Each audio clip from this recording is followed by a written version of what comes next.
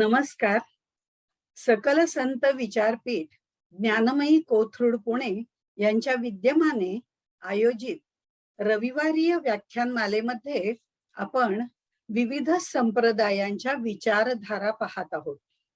मागच्या वेळी सर्वत्र पसरलेल्या अशा या नाथ संप्रदायाचा आपण विचार केला होता. त्याचा परिचय थोडक्यात करून घेतला होता आणि तो परिचय करत असतानाच त्याच्या सगळ्या पाऊलखुणा किंवा त्याचा प्रभाव, अन्य संप्रदायांवरती असलेला प्रभाव, या सगळ्या गोष्टी आपण पाहिल्या होत्या. या विविध संप्रदायाच्या विचारधारा पाहताना आपण त्या संप्रदायाची थोडीशी पार्श्वभूमी, त्यातल्या देवता, तत्वज्ञान, थोडक्यामध्ये ग्रंथ आणि त्यातला बोध, सत्पुरुष आणि परंपरा, तसंच महत्वाची क्षेत्र, असा एक थोडक्यात आढावा आपण यामध्ये घेत असतो. त्याप्रमाणेच आपण आत्ताही सुरुवात करणार आहोत. पण आज आपण भागवत ग्रंथ, भगवद्गीता, श्रीकृष्ण आणि दत्तगुरु यांना पूज्य मानणाऱ्या महानुभाव पंथाचा परिचय आपण करून घेणार आहोत. महानुभाव संप्रदायाचा परिचय आपण करून घेणार आहोत. या संप्रदायाची पार्श्वभूमी जर आपण बघितली तर ती विचार करताना महाराष्ट्राचा विचार केला तर यादव काळामध्ये संस्कृती, विद्या, कला या सगळ्या गोष्टींना बहर आलेला होता. राजाश्रय तर होताच आणि राजाश्रयामुळे आणि वैदिक संस्कृतीचं एक भोगतेपण मनामध्ये असल्यामुळे या सगळ्या ह्याच्यात ज्योतिष, संगीत, धर्मशास्त्र या सगळ्या गोष्टींना महत्व आलं होतं. एक राजाश्रय असला की जास्त महत्वाचं असतं, तसंच वैदिक संस्कृती पण तिथे त्या वेळेला खूप छान त्याची मुळं रुजलेली होती. त्यामुळे ह्या सगळ्या गोष्टींना महत्व आलं होतं. अनेक पंडित जे होते ते त्यांची ग्रंथरचना, अनेक कला ज्या होत्या त्याचे शास्त्र ग्रंथ, ह्या सगळ्याची निर्मिती होत होती. आणि हे सगळं होत असताना या सांस्कृतिक घडामोडी होत होत्या आणि गीता, उपनिषद, ब्रह्मसूत्र यावरती भाष्य सुद्धा लिहिली जात होती. म्हणजे सगळं पाहता सांस्कृतिक विकास नक्कीच होत होता. पण लोकजीवनाला अशी सुसंस्कृत करणारी अशी परंपरा त्यावेळेला रुजत नव्हती. कारण ह्या सगळ्या ज्या गोष्टी होत होत्या त्या संस्कृत भाषेमधनं होत होत्या. संस्कृत भाषेचा पुरस्कार केला जात होता आणि त्यामुळे लोकजीवन जे होतं ते धर्माला अनुसरून त्याप्रमाणे होत होतं. पण द्वैत, अद्वैत, गीता, उपनिषद, पुराण, त्यावरची चर्चा, भाष्य, या सगळ्या गोष्टी संस्कृत मध्ये होत होत्या. त्यामुळे सर्वसामान्य जी जनता होती ती थोडीशी यापासून दूर होती. आणि मग काय होत होतं की त्यामुळे ती फक्त कर्मकांडामध्ये गुंतून जात होती.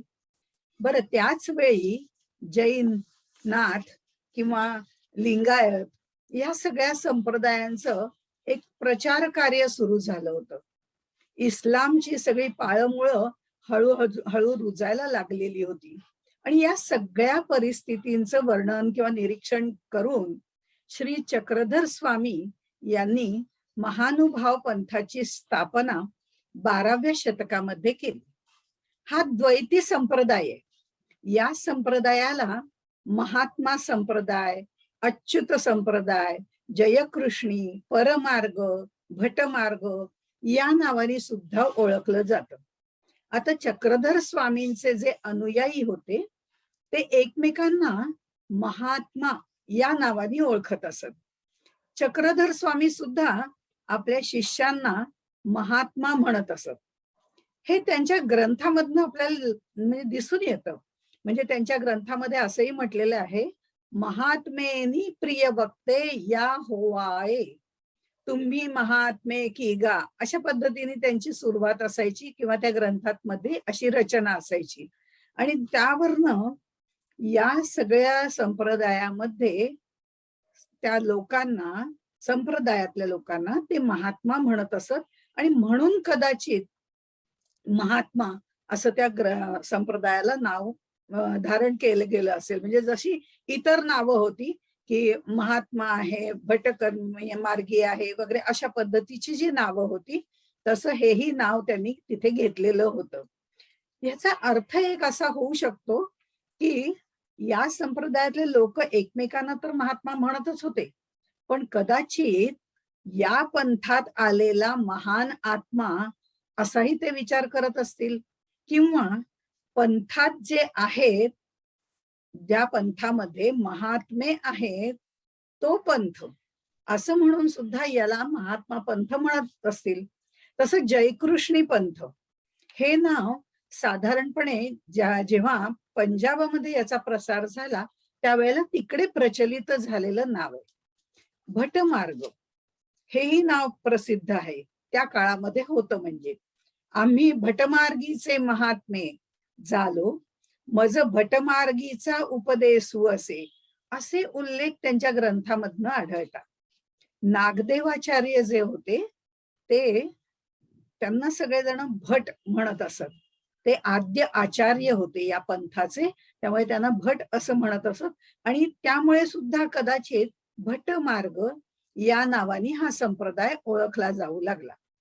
पण महाराष्ट्रामध्ये मात्र महानुभाव पंथ किंवा मानभाव पंथ या नावाने हा प्रचलित झालेला आहे. आता महानुभाव हा शब्द ग्रंथकारांनी म्हणताना असं म्हटलेलं आहे की ज्याला श्रेष्ठ अनुभव आलेला आहे किंवा श्रेष्ठ असं ज्ञान प्राप्त झालेलं आहे, असा साधू पुरुष त्याला महानुभाव असं म्हटलं जातं. आता या संप्रदायाचे अनुयायी जे आहेत ते मुख्यत्वे करून महाराष्ट्र, मध्य प्रदेश, पंजाब या साधारण प्रांतामध्ये आढळतात. पूर्वी असं म्हणत असत की हा सगळा प्रसार काबूल, कंदाहार पर्यंत गेला होता, असं अभ्यासकांचं म्हणणं आहे. या पंथाचे चक्रधर हे पंथ प्रवर्तक आहेत, संस्थापक आहेत. महानुभाव पंथामध्ये श्रीकृष्णाला चक्रधर असं म्हटलं जातं. त्यामुळे या उपास्य देवतेचंच नाव संस्थापकाला, म्हणजे हे जे प्रवर्तक आहेत त्यांना दिलं गेलंय, म्हणजे चक्रधर. आता चक्रधर हे श्रीकृष्णाला म्हणत असत, म्हणून तेच नाव त्यांच्या संप्रदायाच्या प्रवर्तकाला, संस्थापकाला दिलं गेलं. त्यांना आपण चक्रधर, श्री चक्रधर असं म्हणतो. आता श्री दत्त आणि श्रीकृष्ण हे परब्रह्म परमेश्वराचे अवतार आहेत, म्हणून त्या या संप्रदायाच्या देवता आहेत. ह्या दत्तात्रयांच्या बरोबरच माहूरच्या रेणुकेला सुद्धा देवतेचं स्थान मिळालेलं आहे. आता अवतारांना देवता मानणारा असा हा संप्रदाय आहे. अवतारांना देवता मानणारा असा हा संप्रदाय आहे. म्हणजे श्रीकृष्ण जो आहे तो श्रीकृष्ण द्वापार युगातील अवतार म्हणून महानुभाव पंथ त्यांना मानतो. पण त्या श्रीकृष्णाला विष्णूचा अवतार असं ते मानत नाहीत. एवढंच मर्यादित स्वरूप त्यांनी ठेवलं नाही की श्रीकृष्ण म्हणजे जसे विष्णूंनी 10 अवतार घेतलेले आहेत त्यापैकी श्रीकृष्ण, राम हे जसे अवतार आहेत असं आपण म्हणतो, त्याप्रमाणे हे लोक मानत नाहीत. तर हा द्वापार युगातला अवतार म्हणजे जो आहे त्याला विष्णूचा अवतार एवढं मर्यादित स्वरूप ते देत नाहीत, तर त्याही पेक्षा जास्त म्हणजे परब्रह्म स्वरूप असा हा श्रीकृष्ण आहे असं हे मानतात. आता याच्यामध्ये अवतार देव त्यांना मान्य आहे, भागवत पूज्य आहे, पण तरीही तात्विक दृष्ट्या थोडा थोडा फरक आणि थोड्या त्यांच्या मान्यता ज्या आहेत त्या वेगवेगळ्या आहेत. आता या ह्याच्यामध्ये श्रीकृष्णाला अनन्यसाधारण असं महत्व आहे आणि त्यामुळे साहजिकच गीतेतल्या म्हणजे गीता जी आहे, भगवंतानी लिहिलेली जी भगवद्गीता आहे त्या गीतेला सुद्धा या संप्रदायामध्ये महत्व आलेलं आहे. आता गीतेबरोबर श्रीकृष्णाच्या लीळा वर्णन करणारा हा जो भागवत ग्रंथ आहे त्यालाही हे महानुभाव पंथाचे लोक पूज्य मानतात. अर्थात भागवत ग्रंथातल्या ज्या श्रीकृष्णाच्या शृंगार लीला आहेत, महानुभाव पंथाच्या श्रीकृष्ण चरित्रामध्ये त्या अभावानीच आलेल्या दिसतात. म्हणजे त्यांचं तत्वज्ञान सुद्धा गीता आणि श्रीकृष्ण चरित्र या सगळ्यावरती आधारित तर आहेच, पण तरी सुद्धा ते द्वैती असल्यामुळे त्यांचं तत्वज्ञान जे त्यांनी लावलेलं आहे ते द्वैती पद्धतीने लावलेलं आहे. बरं, दुसरं म्हणजे ते दत्तात्रय ही सुद्धा देवता पूज्य मानतात. म्हणजे भगवान श्रीकृष्ण जो परब्रह्म स्वरूप अवतार आहे तो.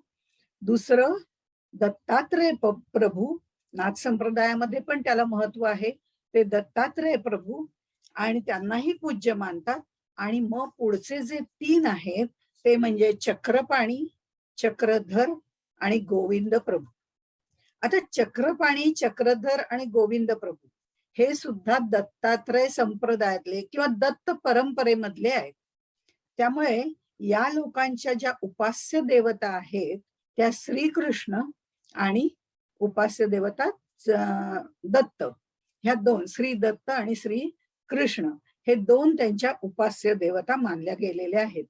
पण याचबरोबर या संप्रदायातली जी लोक आहेत ते चक्रपाणी, चक्रधर आणि गोविंद प्रभू या तिघांना अवतार देवता असं मानतात आणि पूज्य मानतात. आता ह्या सगळ्यामध्ये महाराष्ट्राच्या सांस्कृतिक घडणीच्या सगळ्या कार्यात किंवा कामगिरीमध्ये करणारे जे अनेक संप्रदाय आहेत, चांगली उत्तम कामगिरी करणारे अनेक संप्रदाय आहेत, पण त्यामुळेच आज आपली संस्कृती टिकून राहिलेली आहे. पण त्यासाठी त्या संप्रदायाची एक तत्वज्ञानाची विशिष्ट अशी बैठक असावी लागते. त्यामुळे जाणीवपूर्वक आणि प्रयत्नपूर्वक अशी तत्वज्ञानाची जाणीवपूर्वक मांडणी करणारे किंवा तत्वज्ञानाला स्वरूप देणारे असे हे महानुभाव संप्रदायाचे लोक आहेत. त्यामुळे त्यांचंही योगदान आपल्या संस्कृतीमध्ये निश्चितच आहे. त्या आपल्या संस्कृतीच्या घडणीमध्ये त्यांचं सुद्धा योगदान आहे, यात शंकाच नाही. आणि त्यामुळे हे आपण जर पुढचं बघितलं तर गीता आणि भागवत हे दोन्ही ग्रंथ यांच्याकडे पूजनीय मानले जातात, पण गीतेचा अर्थ त्यांनी द्वैती पद्धतीने लावलेला आहे. आता त्यांचं तत्वज्ञान जे आहे ते द्वैत याच्यावरती आधारित आहे. द्वैत आहे, द्वैती आहेत असं जे आपण आतापर्यंत वारंवार म्हटलं, त्यानुसार जर आपण त्यांच्या तत्वज्ञानाचा विचार केला तर त्यानुसार ते असं म्हणतात की जीव, देवता, प्रपंच आणि परमेश्वर ही चार तत्व हा संप्रदाय मानतो. यापैकी प्रपंच जो आहे तो नित्यानित्य आहे. आता हे नित्य अनित्य दोन्ही म्हटलेलं आहे त्याला. त्याच्यामध्ये कारण प्रपंच आणि कार्य प्रपंच असे दोन आहेत. एक नित्य आहे, एक अनित्य आहे. म्हणून प्रपंच नित्यानित्य. देवता ज्या त्यांच्या आहेत त्या नित्यबद्ध देवता म्हणते.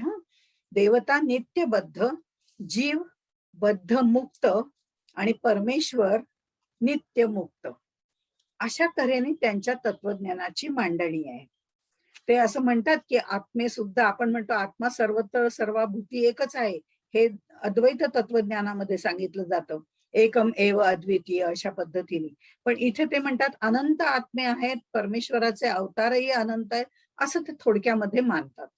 आता ह्याच्यामध्ये जीव, देवता, प्रपंच या तीन गोष्टी आपण म्हटलं आणि या सगळ्यांपेक्षा परिपूर्ण असणारा, पूर्णात पूर्णमिदम ज्याला आपण म्हणतो, तो असणारा नित्य मुक्त परमेश्वर आहे. म्हणजे असे हे चार तत्व, ही चार तत्व ते लोक मानतात. जीव, देवता, प्रपंच आणि परमेश्वर या पद्धतीने. आता या सगळ्यांपेक्षा जो वेगळा आहे तो जो परमेश्वर, तो जो पूर्ण आहे, तो जो नित्यमुक्त परमेश्वर आहे, तो मोक्ष देण्यासाठी समर्थ आहे अशी त्यांची धारणा आहे. आणि त्यामुळे ते म्हणतात सृष्टीमध्ये कव्हणे करणे, सृष्टीमध्ये कव्हणे करणे, मुंजीच ना, मुंची जे ना एक परमेश्वर विणे. मुंची जे ना म्हणजे मुंच असं त्यांनी म्हटलेलं की याच्यामध्ये कोणीही परमेश्वराशिवाय दुसरा कोणीही मोक्ष द्यायला कारणीभूत होऊ शकत नाही, परमेश्वरच मोक्ष देतो. आता हे जे सूत्र आहे की सृष्टीमध्ये कव्हणे करणे, मुंची जे ना एक परमेश्वरे विणे, हे या श्री चक्रधर स्वामींच्या सूत्रपाठातलं पहिलं सूत्र आहे. आता हा महानुभाव पंथाचा किंवा संप्रदायाचा तत्वज्ञानाचा पाया मानला जातो. परमेश्वराची भक्ती करून ज्ञान प्राप्त करणं हे या संप्रदायाचं साध्य आहे.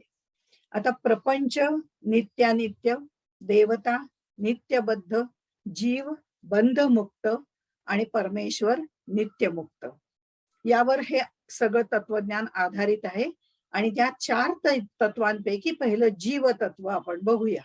आता हे जीवतत्व जे आहे ते अविद्यायुक्त वस्तू एकू आती ते जीव शब्द बोलीजे, अशी जीव शब्दाची त्यांनी व्याख्या केलेली आहे. मग जीव जो आहे त्या जीवाच्या स्वरूपाच्या ठिकाणी विकार, विकल्प आणि स्वभाव असे 3 दोष त्यांनी सांगितलेले आहेत.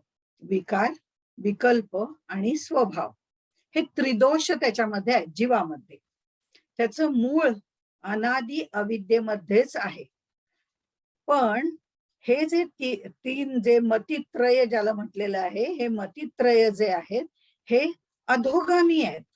ते ऊर्ध्वगामी केले तर जीवाचा उद्धार होतो असं ते म्हणतात. म्हणजे काय नक्की? तर विकार, विकल्प आणि स्वभाव हे दोष सांगितलेले आहेत आणि त्यामुळे जीव अधोगामी जातो. आता विकार म्हणजे षड्विकार आहेत, जे आपल्याला अधोगामी न्यायला म्हणजे आपला ऱ्हास करण्याच्या दृष्टीने, आपल्याला साध्यापासून दूर नेण्याच्या दृष्टीने ते अधोगामी असतात, म्हणून ते आपल्याला त्या स्तराला नेतात. बरं, विकल्प जो आहे तो संभ्रम निर्माण करतो आणि त्यामुळेही अधोगती होऊ शकते.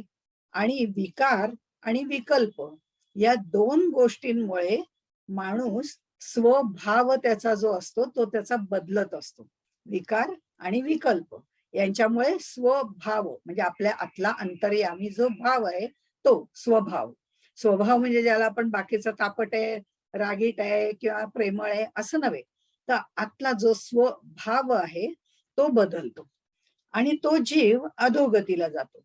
पण याच्याच ऐवजी जर त्या जीवानी विकार जे आहेत ते वैराग्य धारण करून घालवून दिले, त्याचा निचरा करून टाकला, विकल्पाच्या ऐवजी संकल्पाला सुरुवात केली, तर त्याचा स्वभाव जो आहे तो आपोआपच ऊर्ध्वगामी होतो.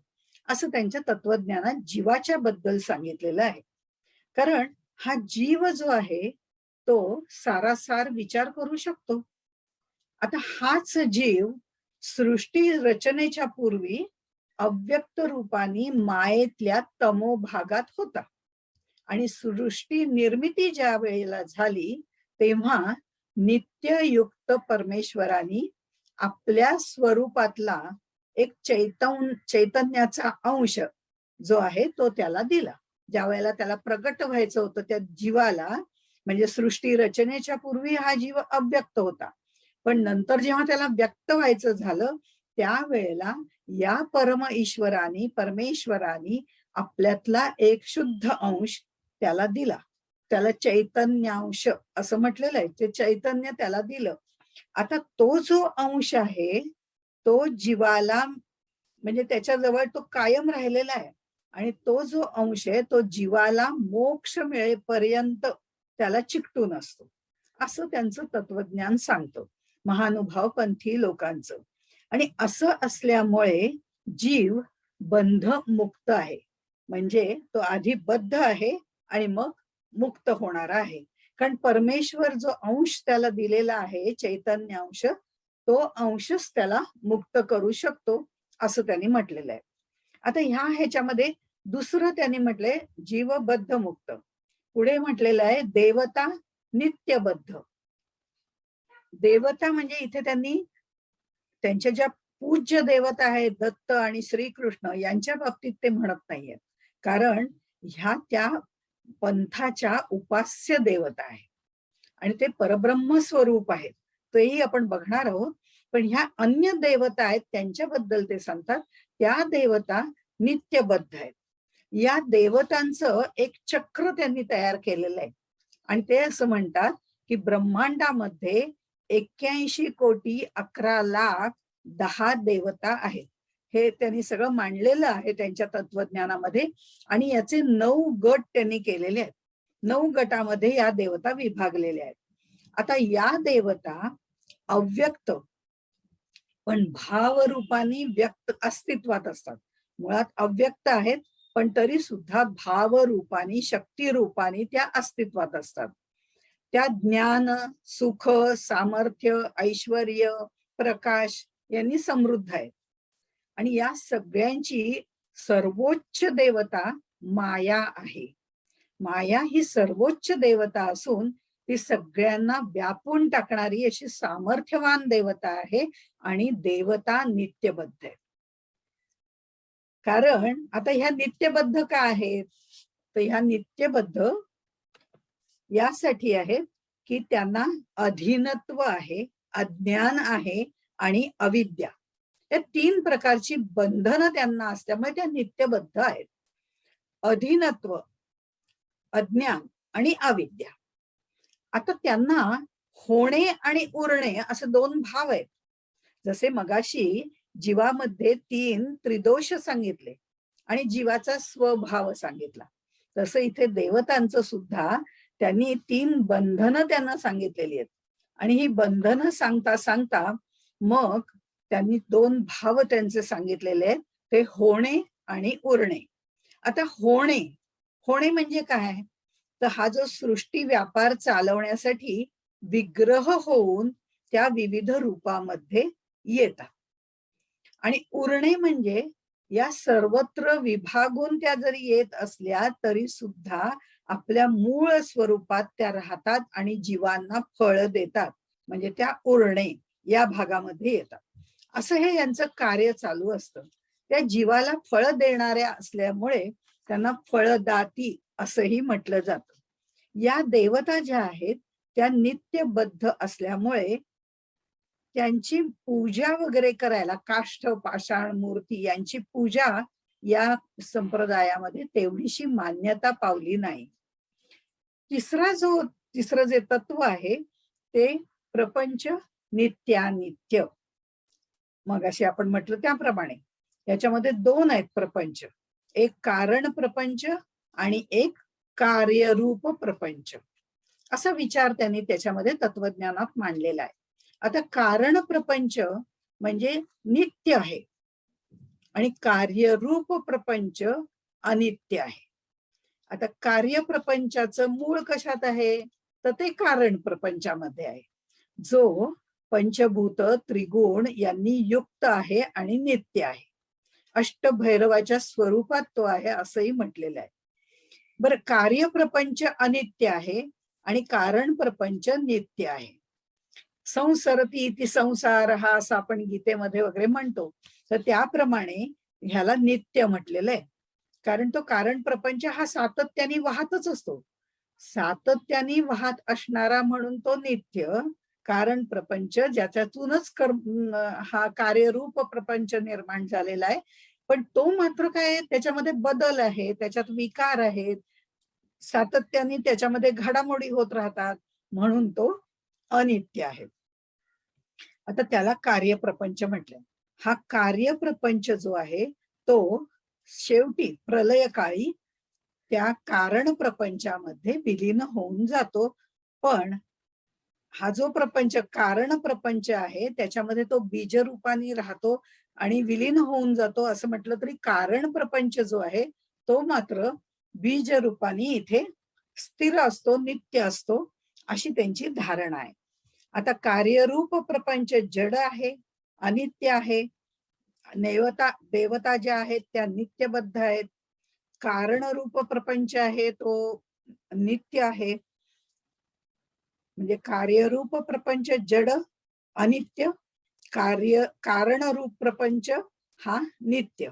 देवता नित्यबद्ध आणि त्यामुळे त्यांच्याकडून कुठूनही मुक्तीचा कुठलाही प्रश्न संभवत नाही.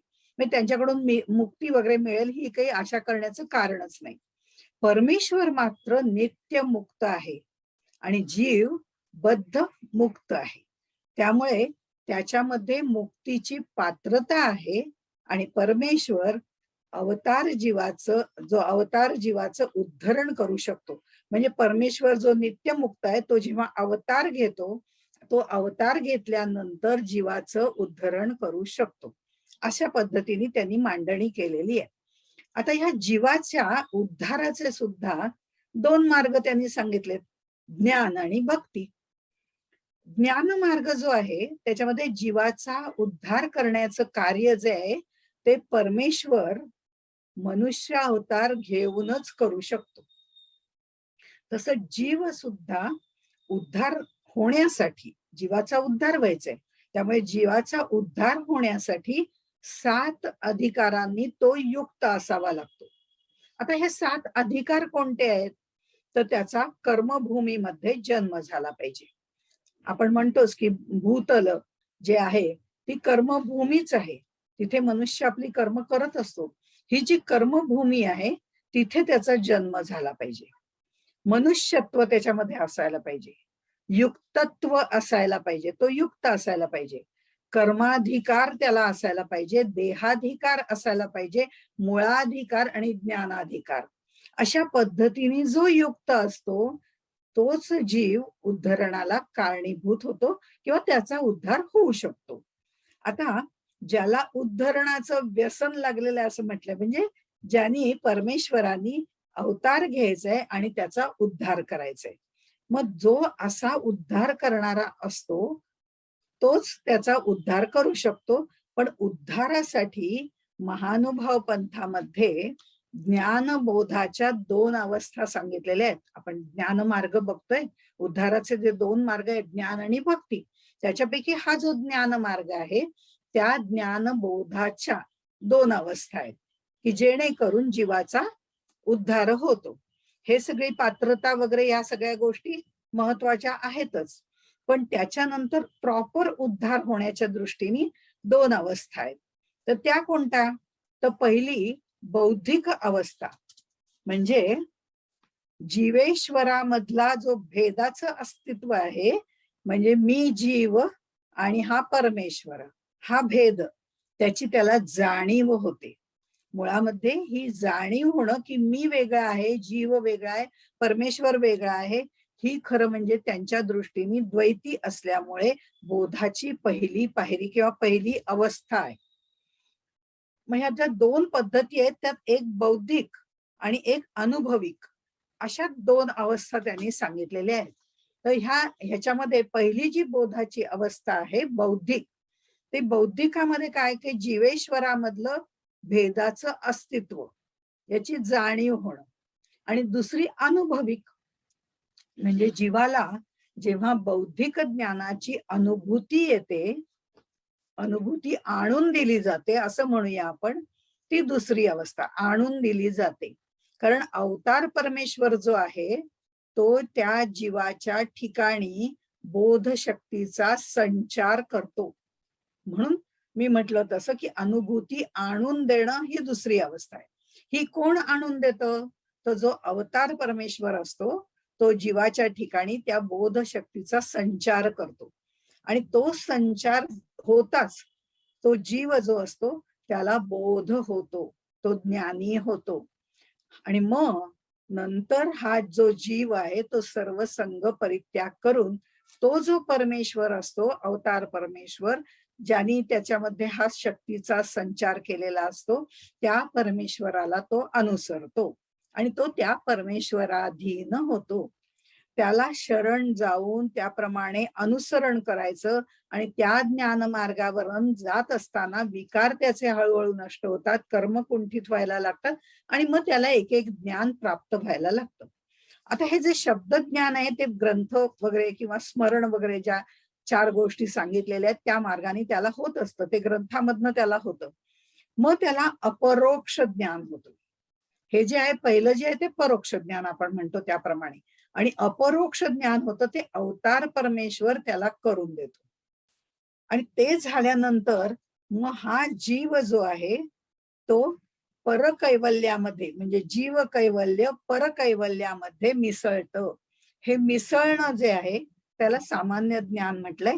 आणि तरी सुद्धा हे मिसळलं तरी सुद्धा आपलं कैवल्यत्व जीव जो असतो ते अबाधित ठेवतो आणि ब्रह्मानंद उपभोगतो. म्हणजे स्वतःच जे अस्तित्व आहे ते वेगळं ठेवतो, त्याला द्वैत तत्वज्ञान असं म्हटलेलं आहे, आणि मग ब्रह्मानंद भोगतो. अशा तऱ्हेने त्यांनी हे सगळं तत्वज्ञान आपल्याला सांगितलेलं आहे. आता ह्याच्यामध्ये दुसरा जो आहे तो भक्ती मार्ग आहे. हे पहिल्या ज्ञान मार्गामध्ये 2 अवस्था आपण बघितल्या. मग शब्द ज्ञान, अपरोक्ष ज्ञान, सामान्य ज्ञान, विशेष ज्ञान, हे 4 टप्पे पार पाडत पाडत जीव मोक्षामध्ये, म्हणजे जीवाला मोक्ष मिळतो, पण तरीही आपलं स्वतंत्र अस्तित्व ठेवून तो नित्य ब्रह्मानंदामध्ये राहतो. अशा पद्धतीने ज्ञान मार्गाचं वर्णन केलेलं आहे. दुसरा जो आहे तो भक्ती मार्ग त्यांनी सांगितलेला. भक्ती मार्ग आपल्यामध्ये सुद्धा ज्ञानयोग, कर्मयोग, भक्तियोग अशा पद्धतीने अद्वैत तत्वज्ञानात पण सांगितलेलं आहे. आता दुसरा जो आहे तो ज्ञानपासी प्रेम उत्तम, हा त्यांचा सिद्धांत असल्यामुळे ज्ञान मार्गाच्या पेक्षा हा मार्ग श्रेष्ठ समजला जातो. प्रेम आणि भक्ती म्हणजे ईश्वराची विलक्षण आवड, साध्य असलेलं ईश्वर स्वरूप, त्याचा भेदभावाने भक्त आनंद घेतो, स्वतःचं अस्तित्व वेगळं ठेवतो, हे सुद्धा द्वैतच आहे. आणि भक्तांनी घेतलेला असा आनंद, हा जो आनंद आहे तो ज्ञानी भक्तापेक्षा सुद्धा श्रेष्ठ आहे, असं महानुभाव पंथाचे तत्वज्ञान सांगतं. आता भक्ती मार्गाची जी साधनं सांगितलेली आहेत त्यामध्ये पहिली शरणागती सांगितलेली आहे. शरणागती हे मुख्य तत्व. हे शरणागती जी सांगितले त्याच्यामध्ये सांगताना त्यांनी त्यांच्या ज्या देवता सांगितलेत, श्रीकृष्ण, दत्तात्रय, चक्रपाणी, गोविंद प्रभू, चक्रधर, या पंचकृष्णांना शरण जाण्याचा जो भाव आहे त्याला शरणागती असं म्हटलेलं आहे. त्यावरती त्यांचा एक मंत्र त्यांनी म्हटलेला आहे, द्वापारी श्रीकृष्ण चक्रवर्ती गोसावियाचे चरण शरण, सह्याद्री श्री दत्त प्रभू गोसावियाचे चरण शरण, द्वारावतीये चांगदेवो रावुळो सर्वज्ञाचे चरण शरण, श्री रुद्धिपुरी श्री गुंडम रावळ गोसावियाचे चरण शरण, प्रतिष्ठानी श्री चांगदेवो रावळ सर्वज्ञाचे चरण शरण. अशा प्रमाणे तो त्यांचा शरणागतीचा मंत्र आहे. दुसरं जे आहे ते प्रसाद सेवा. महानुभाव संप्रदायामध्ये सगुण साकार परमेश्वर अवताराची उपासना श्रेष्ठ मानली जाते, आणि त्यामुळे हा सगुण साकार असा जो परमेश्वर अवतार आहे त्याच्याशी संबंधित असलेलं जे काही स्थावर जंगम आहे, त्याच्या ज्या ज्या काही गोष्टी आहेत स्थावर जंगम यामधल्या, त्या सगळ्या पवित्र मानल्या जातात, त्यामुळे त्या वंदनीय असतात. त्यालाच प्रसाद असं म्हटलं जातं. तिसरं जे आहे ते मूर्ती ज्ञान आणि ध्यान. निर्गुण निराकार परमेश्वर जीवाच्या उद्धरणासाठी सगुण साकार होतो, त्यामुळे त्या साकाराचं ज्ञान करून घेणं आणि ध्यान करणं, या दोन्ही गोष्टी ते महत्वाचं मानतात. आणि त्यामध्ये विचारुनी आचरिजे स्मरिजे, हे त्या मूर्ती ध्यानाचं त्यांनी वैशिष्ट्य सांगितलेलं आहे. ती मूर्ती जी आहे ती परब्रह्म स्वरूप, परमेश्वर स्वरूप जाणून त्याचं अवयवशः असं ध्यान केलं जातं. आणि चौथं जे आहे ते नामस्मरण, ते चतुर्विध स्मरण असतं. चतुर्विध स्मरण हे महानुभाव पंथाचं वैशिष्ट्य आहे. नाम, लीळा, मूर्ती आणि चेष्टा असे ह्या 4 प्रकारांनी हे स्मरण केलं जातं. श्री चक्रधर यांनी सगुण निर्गुण याचा भेदाभेद न मानता एक समन्वय साधलाय. त्यांची जी आचारसंहिता आहे ती पाहता आचारसंहितेचा विचार करता आचारक प्रभवो धर्म असं महाभारतामध्ये सांगितलेलं आहे. महानुभाव पंथ सुद्धा याला अपवाद नाही. चक्रधर स्वामींनी लिहिलेल्या सूत्रपाठामध्ये विचार, विचार मालिका यांच्या बरोबर आचार मालिका हे सुद्धा प्रकरण आहे. आणि महानुभावांचा जो आचार धर्म आहे तो यातनं व्यक्त होतो. त्याला असतीपरी असं म्हटलं जातं. असतीपरी. आता या असतीपरीचं पहिलं लक्षण म्हणजे विकार आणि विकल्प शून्य होणं. आपण मगाशी बघितलं त्याप्रमाणे आपलं जर उत्थान करून घ्यायचं असेल तर हे सगळं करणं आवश्यक आहे असं ते म्हणतात. विकार शून्य, विकल्प शून्य. कारण विकारांमुळे जीवाची आस्तिक्य बुद्धी जी असते किंवा जो विकल्प दोष असतो तो त्याला जडतो आणि मग मोक्षापासून तो ढळतो. त्यामुळे वैराग्याने विकार शून्य व्हायचंय हे पहिलं लक्षण असतीपरीचं आहे. आणि दुसरं जे लक्षण आहे ते स्वभाव मात्रे असं म्हटलेलं आहे. स्वभावाचे जे 8 देहधर्म आहेत त्याचा पूर्णपणे त्याग करणं शक्य नाही. पण असं सगळा त्याग करणं जरी शक्य नसलं तर तसं न करता त्याचं नियमन करावं, त्याच्यावर संयम ठेवावा, भिक्षाव्रताचं आचरण करावं, वस्त्र प्रावरण कोणती पाहिजेत वगैरे या सगळ्याबद्दल त्याच्यामध्ये सांगितलेलं आहे स्वभाव मात्रे. आता हे दुसरं लक्षण. असतीपरीचं तिसरं लक्षण जे आहे ते निरालंबी. देवता स्मरण, साधकाचं व्रतपंचक, त्याची गुरुभक्ती, त्याचा सत्संग कसा असावा या सगळ्याबद्दलचे आचार कसे असावेत या गोष्टी त्याच्यामध्ये सांगितलेल्या आहेत. आता ह्या सगळ्या गोष्टी पाहता हा महानुभाव पंथ वैदिक आहे का अवैदिक आहे असा प्रश्न निर्माण होतो. आता अद्वैतवाद्यांसारखं सायुज्य मुक्ती, एकरूपता अशी कल्पना त्यांच्यामध्ये नाही. तर मुक्तीनंतर सुद्धा जीवाचं स्वतंत्र अस्तित्व असतं. जीव, देवता, प्रपंच, परमेश्वर यांचं ऐक्य कधीच होत नाही.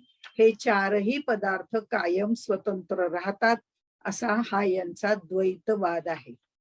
त्यांचं तत्वज्ञान बौद्धांप्रमाणे अनात्मवादी नाहीये, पण जैनांप्रमाणे निरीश्वरवादी पण सुद्धा नाहीये. आता शंकराचार्यांसारखा जगन्मिथ्या आणि विवर्तवाद हेही त्यांना मान्य नाही, पण माया तत्वाला चक्रधरांनी मान्य केलेलं असलं तरी ती भावरूप आणि सत्यरूप मानलेली आहे. वैदिक तत्वज्ञानाची छाप जरी असली तरी त्यांचं असं स्वतंत्र प्रज्ञेचं दर्शन या पंथामध्ये आपल्याला घडतं. त्यामुळे हा महानुभाव पंथ वैदिक का अवैदिक हा वाद विद्वान घालतात. तत्वज्ञानामध्ये जीवाला मोक्ष देण्याचं कार्य परमेश्वराच्या ठिकाणी आहे. देवता फक्त फळ देणारे आहेत, मोक्ष देणाऱ्या नाहीत.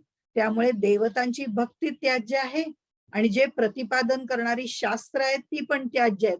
त्यामुळे हे लोक अवैदिक असं वाटतात. पण त्याचप्रमाणे त्यांच्या ह्याच्यावर ते आचार धर्म जो त्यांचा सांगितलेला आहे त्याच्यावरती जैनांची छाप जबरदस्त आहे. त्यामुळे सुद्धा ते अवैदिक वाटतात. जैन लोकांमध्ये जे श्रामक आणि श्रावक हे जे लोक आहेत, महानुभाव पंथातले संन्यासी सुद्धा याच पद्धतीने आहेत. दोघांचीही अहिंसा, अपरिग्रह किंवा नैतिक मूल्यांचं जे कडकडीत आचरण या सगळ्यांचा आग्रह या दोघांनी धरलेला आहे. चक्रधरांचा निस्संग भक्तियोग आणि जैनांचा श्रमण धर्म यामध्ये साम्य आहे. या दोघांच्या विचारातलं जे साम्य आहे त्यामुळे सुद्धा महानुभाव पंथ अवैदिक वाटतो. पण तरी सुद्धा काही वेळेला तो वैदिकही वाटतो, कारण गीता, भागवत या ग्रंथांना पूज्य स्थान आहे, त्यामुळे तो वैदिक वाटतो. पण या वैदिक अवैदिक या सगळ्या गोष्टींमध्ये जाण्यापेक्षा आपल्याला असं म्हणता नाही का येणार की महाराष्ट्रातले हे सगळे धर्म संप्रदाय अत्यंत समन्वयशील आहेत. त्यांच्या आचार विचारात देवाणघेवाण आहे, प्रत्येकाने एकमेकातलं चांगलं काय ते घेतलेलं आहे असं म्हणणं जास्त योग्य ठरेल असं आपण म्हणू. म्हणून आपण या वैदिक अवैदिक या वादामध्ये शिरणार नाही आहोत. दुसरा आणखीन एक वादही आहे की महानुभाव पंथ हा दत्त संप्रदाय आहे का कृष्ण संप्रदाय आहे. आता इथे आपण असं म्हणूया की श्री दत्त आणि श्री कृष्ण यांच्या भक्तीचं समन्वय किंवा भक्तीचं मिलन यांच्यामध्ये आहे असं म्हणूया. कारण दत्त संप्रदाय जर बघायला गेलं तर नरसिंह सरस्वतींच्या जो दत्त संप्रदाय त्याच्यापेक्षा हा वेगळा आहे. आणि महानुभाव संप्रदायाला जो दत्त आहे त्यांच्या संप्रदायातला तो एकमुखी आहे वगैरे असं म्हटलेलं आहे. आणि माहीम भट्टांनी ज्या वेळेला ईश्वर अवतार कोणता असा प्रश्न विचारला होता तेव्हा चक्रधरांनी पंचकृष्णांची नावं सांगितली होती. त्यात ते म्हणतात, जैसे मातापुरी श्री दत्तात्रेय प्रभूंचे दास्य घडे, तै हा जीवू संसारापासोनी मुंचे. अनंत प्रकारचे वेश धारण करून जीवांना क्वचित असं दर्शन देऊन जीवनाचं सार्थक करणारे हे श्री दत्त आहेत. ते वेगवेगळे त्यांनी वेश धारण केलेले आहेत आणि जीवांना त्यांनी दर्शन दिलेलं आहे. आता चक्रपाणी चांगदेव यांना माहूरच्या डोंगरामध्ये व्याघ्र रूपाने श्री दत्तात्रयांनी दर्शन दिलेलं आहे. त्यामुळे पर आणि अपर या दोन्ही शक्ती ज्या वेळेला त्यांनी व्याघ्र रूपामध्ये दर्शन दिलं ना त्यावेळेला पंजा जो वाघाचा असतो तो त्यांनी त्यांच्या डोक्यावर ठेवलेला आहे. चक्रपाणी चांगदेव माहूरच्या डोंगरामध्ये जेव्हा होते तेव्हा व्याघ्र रूपाने जे दर्शन दिलं त्यावेळेला दत्तात्रयांनी हाताचा पंजा त्यांच्या डोक्यावर ठेवला आणि पर अपर या दोन्ही शक्ती त्यांना प्रदान केल्या. म्हणजे हा दत्त संप्रदाय म्हणावा तर तो नरसिंह सरस्वतींच्या दत्त संप्रदायाप्रमाणे विशुद्ध संप्रदाय नाहीये. कारण या दत्ताचा उल्लेख त्यांनी पंचकृष्णामध्ये केलेला आहे.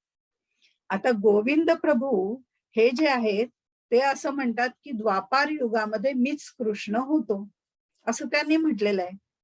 महानुभाव पंथाच्या 7 ग्रंथांपैकी श्रीकृष्ण भक्तीची प्रेरणा जवळजवळ 5 ग्रंथामध्ये आहे आणि सह्याद्री वर्णन हा एकच ग्रंथ दत्त भक्तीला वाहिलेला आहे. अशा पद्धतीने असल्यामुळे हे जे 4 तत्व जी आपण पाहिली, जीव तत्व, देवता तत्व, नित्यबद्ध, कारण प्रपंच, कार्य प्रपंच, या सगळ्या गोष्टी आपण पाहिल्या. आणि थोडक्यामध्ये हे जे 2 वाद आहेत त्याचा आपण एक आढावा घेतला असं म्हणूया. आपण त्या वादामध्ये पडत नाही कारण आपल्याला या संप्रदायांची विचार प्रवाह जो आहे तो पाहायचा आहे आणि तो चांगल्या दृष्टिकोनातनं पाहिजे, वादामध्ये जायचं नाही. मग चौथं जे तत्व आहे त्यांचं ते परमेश्वर नित्य मुक्त असं तत्व आहे. 4 तत्व जी त्यांच्या तत्वज्ञानातली आहेत त्याच्यापैकी शेवटचं तत्व. आता मायेच्या पार असलेला हा परम ईश्वर जो आहे परमेश्वर, आता मायेपर्यंत ज्या सगळ्या गोष्टी आहेत त्याला अवर असं म्हटलं जातं आणि ब्रह्म ईश्वर तो पर असं त्यांनी सांगितलेलं. तो पर भाग आणि मायेपर्यंतचा अवर, पर आणि अवर असे 2 भाग आहेत. आता परमेश्वर हा स्वरूप त्याचं जे आहे ते शुद्ध आहे, अच्युत आहे, नित्यमुक्त आहे, अनादी आहे, आनंदमय आहे आणि या सर्व गुणांनी युक्त अशा परमेश्वराचं वर्णन सूत्र पाठामध्ये केलेलं आहे. त्याच्यात त्यांनी असं म्हटलेलं आहे, सच शब्दे ब्रह्म बोलीजे, चित शब्दे माया बोलीजे, आनंद शब्दे ईश्वरू बोलीजे, ऐसा त्र्यंशम परमेश्वरू. ब्रह्म, माया आणि परमेश्वर हे तिघ मिळून सृष्टीची उत्पत्ती करतात. मायेबरोबर तिच्या अधीन असणाऱ्या ज्या देवता आहेत त्या सुद्धा कार्य करतात. तमो विभागामधला हा जो निष्क्रिय जीव आहे परमेश्वर अंशाला तो चिकटून राहतो आणि मग तो सक्रिय होतो आणि युगांची चौकडी संपली ही युगांती होते असं थोडक्यामध्ये ह्या परमेश्वराचं त्यांनी रूप सांगितलेलं आहे. आता परमेश्वराला मनुष्य रूपामध्ये अवतार घेऊन जीवाचा उद्धार करावा लागतो अशी त्यांची श्रद्धा आहे. त्यामुळे या संप्रदायामध्ये परमेश्वर अवतार घेऊन जीवाचा उद्धार करतो हे तत्वज्ञान जे आहे ते साहजिकच अवतारवाद इथे निर्माण होतो. कृष्ण भक्ती आणि दत्त भक्ती यांचा संगम या संप्रदायात आहे. त्यामुळे या संप्रदायाने श्रीकृष्ण चक्रवर्ती म्हणजे द्वारकाधीश श्रीकृष्ण पहिलं, दुसरं दत्तात्रय प्रभू, तिसरं चांगदेव राऊळ म्हणजे ज्यांना चक्रपाणी असं म्हटलं जातं, आणि चौथं गुंडम राऊळ म्हणजे गोविंद प्रभू, आणि नंतर श्री चक्रधर, अशा 5 अवतारांना प्राधान्य दिलेलं आहे. यांना या महानुभाव पंथामध्ये पंचकृष्ण असं म्हटलं जातं. आणि सूत्रपाठामध्ये त्याचं वर्णन जे केलेलं आहे ते जैसे द्वापारी श्रीकृष्ण चक्रवर्ती म्हणजे श्रीकृष्ण, जैसे सह्याद्री श्री दत्तात्रेय प्रभू म्हणजे आपले दत्तात्रय, जैसे द्वारावतीये चांगदेव राऊळ म्हणजे चक्रपाणी, चांगदेव राऊळ म्हणजे चक्रपाणी द्वारावतीचे, आणि जैसे रुद्धिपुरी गुंडम राऊळ रुद्धिपुरामध्ये गोविंद प्रभू, जैसे प्रतिष्ठानी श्री चांगदेव राऊळ म्हणजे चक्रधर, द्वारावतीचे चांगदेव राऊळ म्हणजे चक्रपाणी, आणि पैठणचे चांगदेव राऊळ प्रतिष्ठान ज्याला म्हटलेलं आहे ते पैठणचे चांगदेव राऊळ म्हणजे चक्रधर, या अर्थाने त्यांनी इथे लिहिलेलं असावं. कारण चक्रपाणींनीच चक्रधराच्या शरीरामध्ये परकाया प्रवेश केलेला होता, म्हणून या पद्धतीने ते लिहिलेलं आहे. आता ह्या अवतारांबद्दल आपण थोडासा विचार करूया. या अवतारांचे 3 प्रकार त्यांनी सांगितलेले आहेत. हे 3 प्रकार कोणते? तर गर्भ, पतित आणि दवडणे या 3 भागामध्ये ते अवतार आहेत असं हा संप्रदाय मानतो. आता श्रीकृष्णाचा गर्भ अवतार आहे. दुसरं जे आहे ते मृतदेहामध्ये प्रवेश करून घेतलेला चक्रधरांचा पतित अवतार आहे. आता एखाद्या जीवाला दवडून म्हणजे घालवून बाहेर काढून दुसऱ्याने तिथे प्रवेश करायचा हा दवडण्याचा प्रकार आहे. आपण बघूया कसं आहे ते. हरपाळ देव जे आहेत, हरपाळ देव वयाच्या 26व्या वर्षी मरण पावले. आता याचं आपण चरित्र बघणार आहोत तेव्हा त्याचा उल्लेख येणारच आहे. हरपाळ देव वयाच्या 26व्या वर्षी मरण पावले. त्यावेळी फलटणचे नाथ सिद्ध पुरुष द्वारावतीकर चांगदेव राऊळ असं जे म्हटलं होतं ते चक्रपाणी जे आहेत यांनी देहत्याग केला होता, आणि त्यांनी देहत्याग करून हरपाळ देवांच्या शरीरामध्ये प्रवेश केला होता. आता नाथ सिद्ध पुरुषांना परकाया प्रवेश करता येतो हे आपण नाथ संप्रदायामध्ये पाहिलं होतं. आणि हरपाळ देवानी तो जो त्यांनी पुन्हा त्यांच्यामध्ये प्रवेश केला, परकाया प्रवेश केला होता चक्रपाणींनी, त्यामुळे हरपाळ देव पुन्हा जिवंत झाले आणि त्यांनी त्यांची कालक्रमणा करायला सुरुवात केली. आता इथे चांगदेव राऊळ जे होते म्हणजे चक्रपाणी, त्यांनी परकाया प्रवेश केला म्हणजे एखाद्या जीवाला दवडून दुसऱ्यांनी तिथे जाऊन अवतार घ्यायचा. हा जो प्रकार आहे तो दवडण्याचा प्रकार आहे. आणि हरपाळ देव म्हणजेच चक्रधर यांचा पतित अवतार आहे. वयाच्या 26व्या वर्षी ते मरण पावलेले आहेत पहिल्या ह्याच्यात. त्यांच्या चरित्रामध्ये आपण बघू हे सर्व. पण त्याच वेळी हे जे फलटणचे नाथ सिद्ध चांगदेव राऊळ चक्रपाणी जे आले त्यांनी त्यांच्या ह्याच्यामध्ये प्रवेश केला.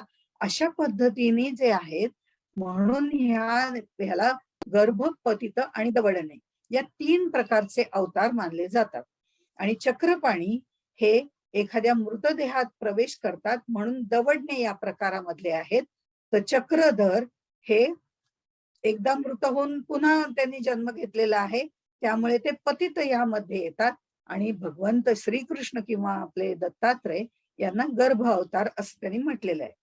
आता शक्तीच्या दृष्टिकोनातनं जर हे 3 विचार केले तर शक्ती, मी मगाशी सांगितलं त्याप्रमाणे पर आणि अवर अशा 2 शक्ती आहेत. तर परदृश्यावतार, परावर दृश्यावतार आणि अवतार दृश्यावतार असे 3 प्रकार त्या याच्या अवतारांमध्ये त्यांनी सांगितलेले आहेत शक्तीच्या दृष्टीने, शक्ती स्वीकाराच्या दृष्टीने. आता परदृश्यावतार गोविंद प्रभू म्हणजे गुंडम राऊळ, कारण त्यांच्यात फक्त पराशक्ती आहे. परावर दृश्यावतार, याच्यामध्ये दत्तात्रय, श्रीकृष्ण आणि संस्थापक चक्रधर, कारण ते प्रवर्तक आहेत, त्यामुळे यांच्यामध्ये अवर शक्ती आहे असं त्यांनी म्हटलंय. अवतार, दृश्यावतार, आता ह्याच्यामध्ये दोन्ही गोष्टी येतात. हे चांगदेव राऊळ म्हणजे चक्रपाणी जे आहेत हे अवतार पण आहेत, परशक्ती म्हणजे ब्रह्म वगैरे त्यांच्यामध्ये ती शक्ती पण आहे आणि अवर शक्ती पण आहे. या दोन्ही शक्ती त्यांना प्रदान झालेल्या आहेत आणि त्यामुळे उभयावतार असं त्याला म्हटलं जातं किंवा उभय दृश्यावतार असंही म्हटलं जातं. आणि हे जे उभय दृश्यावतारी लोक आहेत ते जीवोद्धारणाचं कार्य करतात. आता या सगळ्यामध्ये असे वेगवेगळे प्रकार त्यांनी वेगवेगळे भाग केलेले आहेत, पण मुळामध्ये जर आपण बघितलं तर द्वारकाधीश श्रीकृष्ण, दत्तात्रय, चांगदेव राऊळ, चक्रपाणी म्हणजे चांगदेव राऊळ म्हणजे चक्रपाणी, गुंडम राऊळ म्हणजे गोविंद प्रभू आणि श्री चक्रधर अशी ही संप्रदायाची गुरु परंपरा आहे. आता या महानुभाव तत्वज्ञान जे आहे त्या महानुभावांचा आचार धर्म जो आहे तो श्रीधर चरित्र, श्री चक्रधर चरित्र आणि महानुभाव संशोधन असे ते त्यांचे ग्रंथ जे आहेत, श्री चक्रधर चरित्र आणि महानुभाव संशोधन, हे जे ग्रंथ आहेत त्या ग्रंथामधनं महानुभाव पंथाचा आचार धर्म सांगितलेला आहे. आणि त्यामध्ये चक्रधरांचा आहे तो, तर चक्रधरांनी आपल्या शिष्यांना कडक आचार धर्म सांगितलाय. भिक्षा कुठे मागायची, कशी मागायची, केव्हा मागायची, वास्तव्य कुठे करायचं, कसं करायचं, हे सगळं विवरण त्याच्यामध्ये आहे. आणि त्यामुळे त्यातनं या पंथाचा आचार धर्म जो आहे तो प्रकट होतो. आता हे झाल्यानंतर श्री चक्रधर चरित्र हा दुसरा त्यांचा ग्रंथ जर बघितला तर लीळा चरित्र हे पंथीय पद्धतीने त्यांनी मांडलेलं आहे. श्री चक्रधरांचं चरित्र म्हणजे लीळा चरित्र ज्याला म्हटलं जातं, ते पंथीय पद्धतीने म्हणजे कसं, त्याच्यामध्ये 3 भाग केलेले असतात, एकांक, पूर्वार्ध, उत्तरार्ध असे 3 भाग. आता हे जे चरित्र आहे ते स्मृतींचं विशिष्ट टप्प्यात असे मांडणी करण्यात आलेली आहे. एकांक मध्ये श्री चक्रधर जे आहेत ते प्रधान पुत्र हरपाळ देव होते, हा भाग आहे त्याच्यामध्ये. आणि पूर्वार्धामध्ये चांगदेव राऊळ म्हणजे चक्रपाणींनी परकाया प्रवेश केल्यामुळे त्यांचा जो पुन्हा जन्म झालेला आहे, पुनर्जन्म, आणि तो झाल्यानंतर त्यांनी जो जीवनक्रम सुरू केला, तर ते जे एकाकी भ्रमण चालू केलं हरपाळ देवानी ते, आणि उत्तरार्धामध्ये गोविंद प्रभू यांनी त्यांना जो उपदेश केला, दत्तात्रयाच्या दर्शनाने त्यांना एक जीवन ध्येय सापडलं, हा सगळा जीवनाचा नवा भाग दाखवणारं आणि पंथ प्रवर्तक म्हणून कार्य करणारे असे चक्रधर स्वामी, असे 3 भागामध्ये हे चरित्र आहे. आता हे सगळे टप्पे आहेत त्याचे. श्री चक्रधरांच्या अध्ययनाची, गुरु परंपरेची, शिष्य परिवाराची सगळी माहिती त्याच्यामध्ये स्मरण म्हणून या दृष्टिकोनातून तिथे आलेली आहे. अर्थात ही मांडणी फार सुव्यवस्थित नाही. श्री चक्रधरांचं उत्तरागमन ज्या वेळेला झालं त्यावेळेला नागदेवाचार्य जे संप्रदायाचे आचार्य होते ते अतिशय त्यांना दुःख झालं त्यावेळेला आणि ते गोविंद प्रभूंकडे आले. आता ह्या श्री चक्रधरांचं जे दुःख वियोग त्यांना झालेला होता तो काही त्यांना विसरता येईना. बरं, विसरता येईना म्हणजे गोविंद प्रभूंच्याकडे आले तरी सुद्धा त्यांना त्याच्यामध्ये विसर पडत नव्हता. मग त्यावेळेला गोविंद प्रभूंनी त्यांना असं सांगितलं की तुम्ही असं करा, श्री चक्रधरांच्या आठवणी लिहून काढा. सगळ्या आठवणी जशा तुम्हाला स्मरण होतील त्याप्रमाणे त्या सगळ्या आठवणी लिहून काढा. मग नागदेवाचार्य आणि त्यांचे शिष्य या सगळ्यांनी मिळून त्यांच्या आठवणी गोळा करायला सुरुवात केली आणि त्या आठवणींमुळे दुःख परिहार होईल असं त्यांना वाटलं होतं, सातत्याने त्याचं स्मरण करून. मग त्यांनी त्याप्रमाणे कथा लिहिल्या आणि हा सगळा तपशील त्याच्यामध्ये आलेला आहे. पण त्यामध्ये काही तपशील असा सुद्धा आहे की जो आपल्याला वाटतं ह्याची काय आवश्यकता नाहीये, नाही का, अनावश्यक वाटतो म्हणजे. पण महानुभाव पंथाच्या लोकांना तो परम वंदनीय सुद्धा वाटतो, कारण त्या आठवणी चक्रधर स्वामींच्या आहेत. त्यांची कुठलीही आठवण ही आनंद देणारीच आहे, वंदनीय आहे. आणि त्यामुळे हे आठवणींचं जे भिक्षान्न आहे ते नागदेवाचार्यांनी आम्हाला प्रसाद म्हणून दिलाय, म्हणून ते त्यांना वंदनीय असतं. ही त्यांची धारणा आहे, ही श्रद्धा आहे. श्री चक्रधर स्वामींचं जे लीळा चरित्र आहे, हा पहिलाच गद्य ग्रंथ म्हणजे जो आहे, गद्य ग्रंथ म्हणजे गद्य चरित्र ग्रंथ आहे. आणि नंतर माहिमभट्ट जे होते, या महानुभाव पंथाचा लीळा चरित्र हा जो ग्रंथ आहे, हा पहिला गद्य ग्रंथ आहे. पण माहिमभट्टांनी हे जे आहे ते मराठी आद्य ग्रंथ जो आहे, चरित्र ग्रंथ जो आहे, त्याचं त्यांनी पुन्हा सगळं त्याची स्क्रुटिनी केली, किंवा आपण काय म्हणूया, त्याचा सगळा तो संपादित केला. हा लीळा चरित्राचा भाग जो आहे, जो ह्या सगळ्या लोकांनी गोळा केलेला होता, तो माहिमभट्टांनी संपादित केला. आणि मग ते संपादित केलेलं जे चरित्र आहे ते खरं म्हणजे आद्य ग्रंथ चरित्र असं म्हटलं जातं. त्यामुळे ह्या सगळ्या ह्याच्यात ग्रंथ जे आहेत ते महानुभाव पंथानी, संप्रदायानी मराठी ही आपली धर्मभाषा मानली. आणि त्यामुळे ह्या अनुयायी जे होते त्यांनी विपुल प्रमाणामध्ये ग्रंथ रचना केली. कारण पहिलं जे संस्कृतचं सर्व चाललं होतं ते हळूहळू ते बदलून महानुभाव पंथांनी मराठी भाषा ही आपली धर्मभाषा मानली. आणि मग त्यामुळे आपोआपच ज्यांना मराठी येत होतं ते हे जे अनुयायी होते पंथातले, त्यांनी विपुल ग्रंथ रचना केली.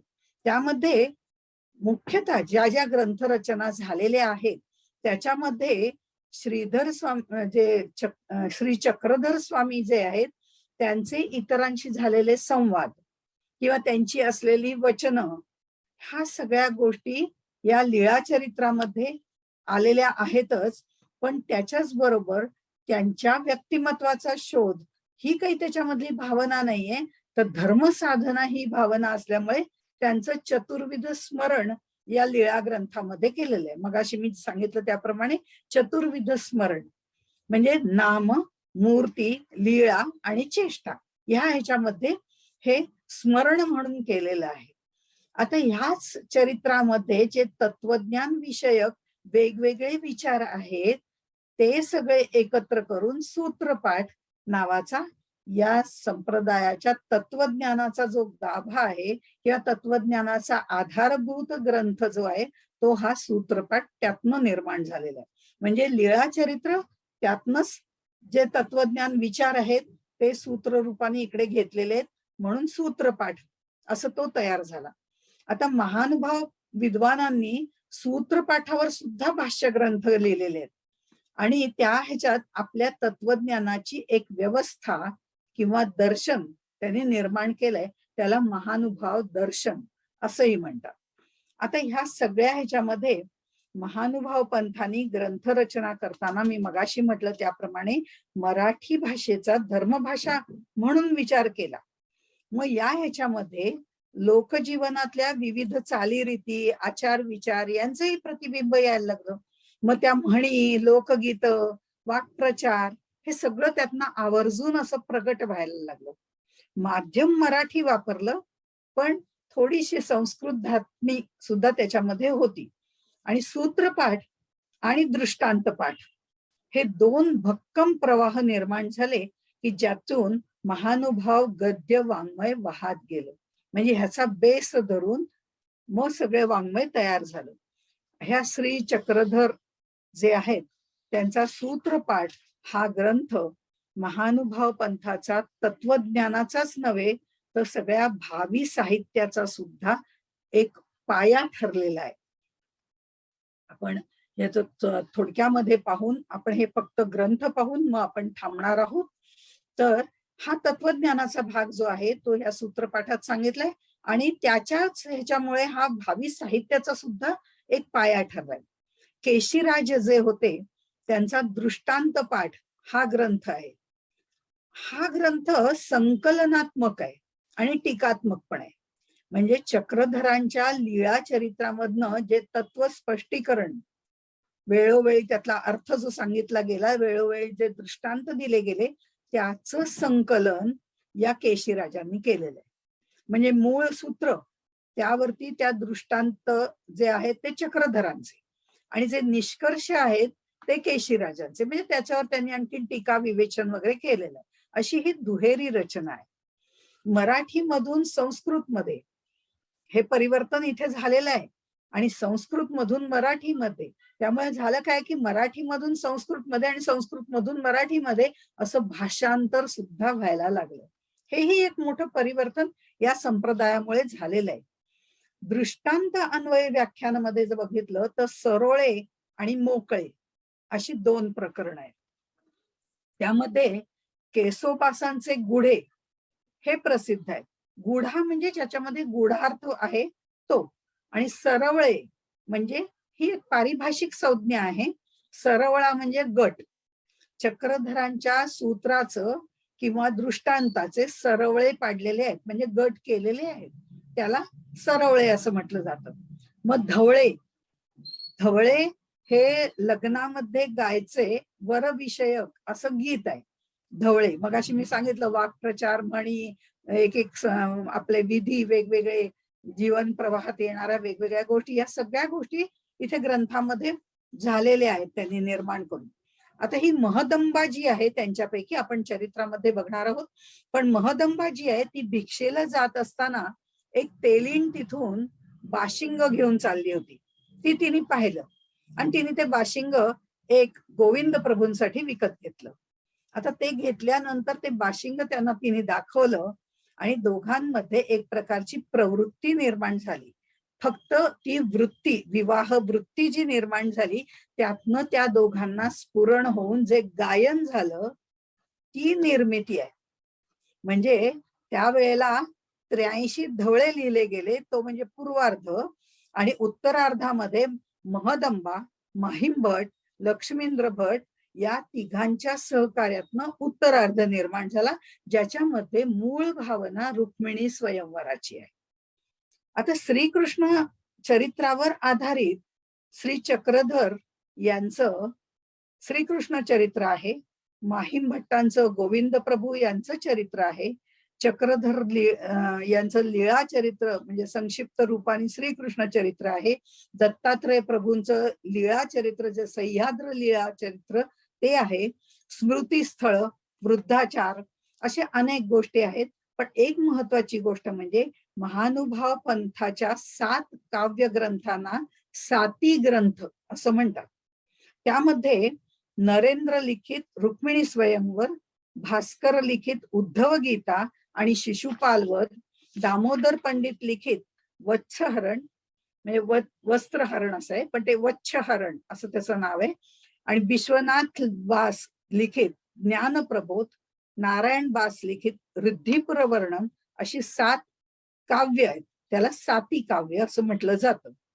या पद्धतीने यांची ही सगळी कथा ज्या आहेत त्याच्यामध्ये वर्णन केलेले आहेत. वेगवेगळ्या प्रकारे या ग्रंथांमध्ये ही सगळी माहिती दिलेली आहे. वेगवेगळ्या पद्धतीने मराठी भाषेमध्ये ती केलेले ग्रंथ आहेत, त्यामुळे ते चटकन सगळ्यांना आकलन होणारे आहेत. थोडस संस्कृत मधनं मराठीत येण्याचं कार्य या महानुभाव पंथांनी केलेलं आहे. निश्चितच ते चांगलं आहे. त्यामुळे पुढचं वाङ्मय सुद्धा हळूहळू मराठीमध्ये यायला लागलेलं आहे. असा हा महानुभाव पंथ जो आहे किंवा संप्रदाय जो आहे, त्याच्या आपण देवता बघितल्या, त्याचं पूर्व जे सगळी पार्श्वभूमी आहे ती आपण बघितली संप्रदायाची, त्यातल्या देवता बघितल्या, त्यांचं तत्वज्ञान बघितलं, त्यांचा ग्रंथ आणि त्यातला बोध काय आहे त्या पद्धतीने बघितलं.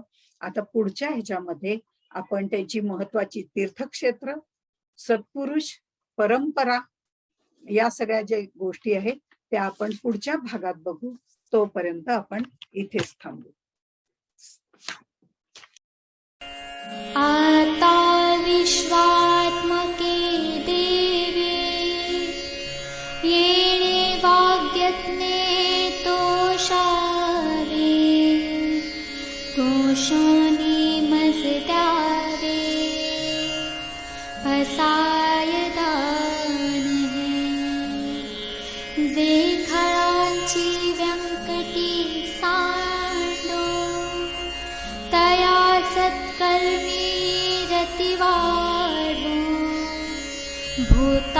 परस्परे पडो मैत्र जीवाचे दुरितांचे तिमिर जाओ विश्वसधर्म सूर्य पाहू जो जे वांछिल तो ते लाभो प्राणी जात वर्षत सकळ मंगळी ईश्वर निष्ठांची मांदियाळी अनवरत भूमंडळी भेट तू भूता चला कल्पतरूंचे आरव चेतना चिंतामणींचे गाव बोलते जे अर्णव पियुषाचे चंद्रमेचे अलांछन मार्तंडचे तापहीन ते सर्वांही सदा सज्जन सोयरे होतु किंबहुना सर्व सुखी पूर्ण होनी तिन्ही लोकी भजी जो आदि पुरुखी अखंडित आणि ग्रंथोपजीविये विशेषी लोकी दृष्टा दृष्ट विजये होवावेजी येथ म्हणे श्री विश्वेश्वराव हा होईल दान पसावो येणेवरे ज्ञानदेवो सुखिया दाना सुखिया